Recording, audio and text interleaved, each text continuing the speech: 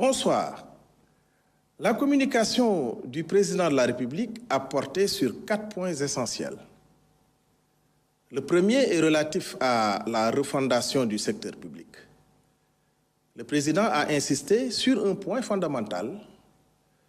Une administration moderne et numérique est essentielle pour améliorer nos services publics. C'est dans cet esprit qu'a eu lieu, pour la première fois, la conférence des administrateurs et managers publics. Cet événement inédit a réuni les dirigeants du secteur public pour réfléchir ensemble sur les voies et moyens de rendre nos administrations plus efficaces, proches des citoyens et capables de livrer des résultats concrets.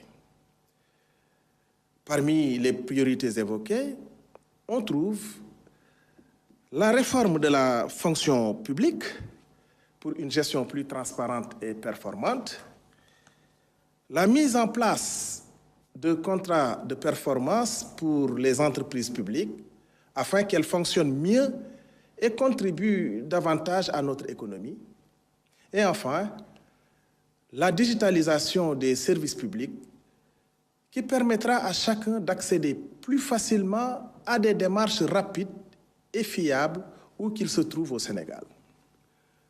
Puis, le président a abordé dans un deuxième point la question du développement du secteur privé.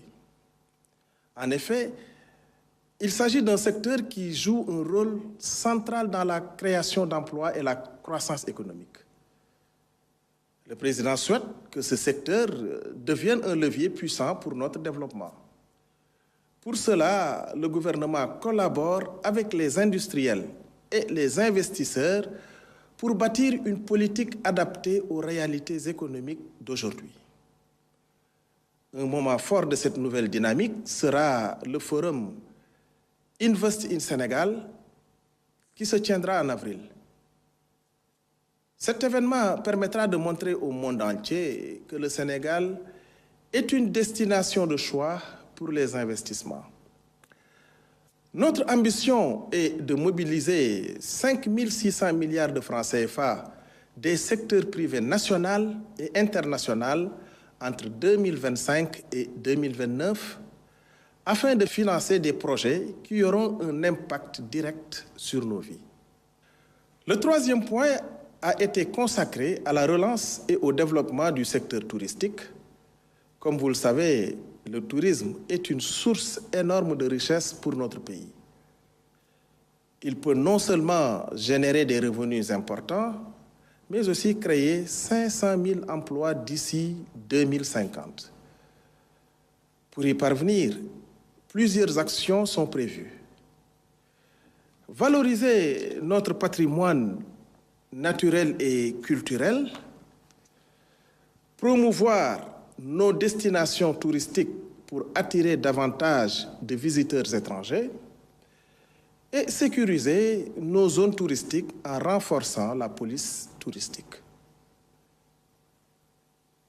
Très bientôt, une réunion interministérielle définira les mesures prioritaires pour relancer ce secteur stratégique. Enfin, le dernier point abordé par le président de la République a porté sur la modernisation des marchés et espaces commerciaux. Nous savons tous à quel point les incendies et l'insécurité dans nos marchés sont préoccupants. Le président a demandé une révision approfondie du programme de modernisation des marchés. L'objectif est simple: sécuriser et moderniser ces lieux essentiels à l'économie locale. De plus, le gouvernement travaille sur des solutions pour optimiser l'utilisation du centre des expositions de Diamniadio et moderniser le CICES afin qu'ils deviennent des infrastructures plus performantes et rentables.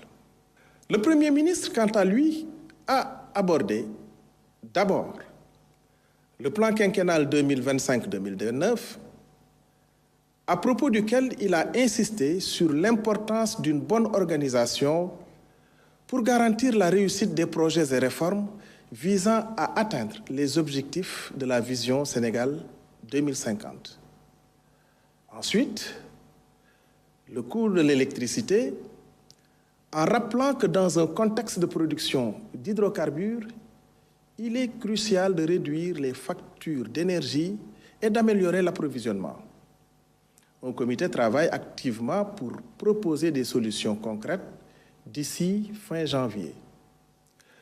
Le troisième point a porté sur la valorisation des ressources phosphatées.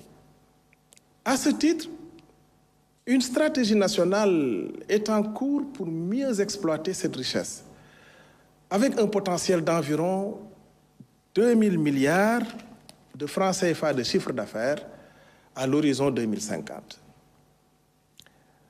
Il a terminé sur les problèmes d'Air Sénégal et d'AIBD SA. Des solutions sont à l'étude et le gouvernement prépare des réformes pour relancer ces entités et résoudre leurs problèmes de gestion.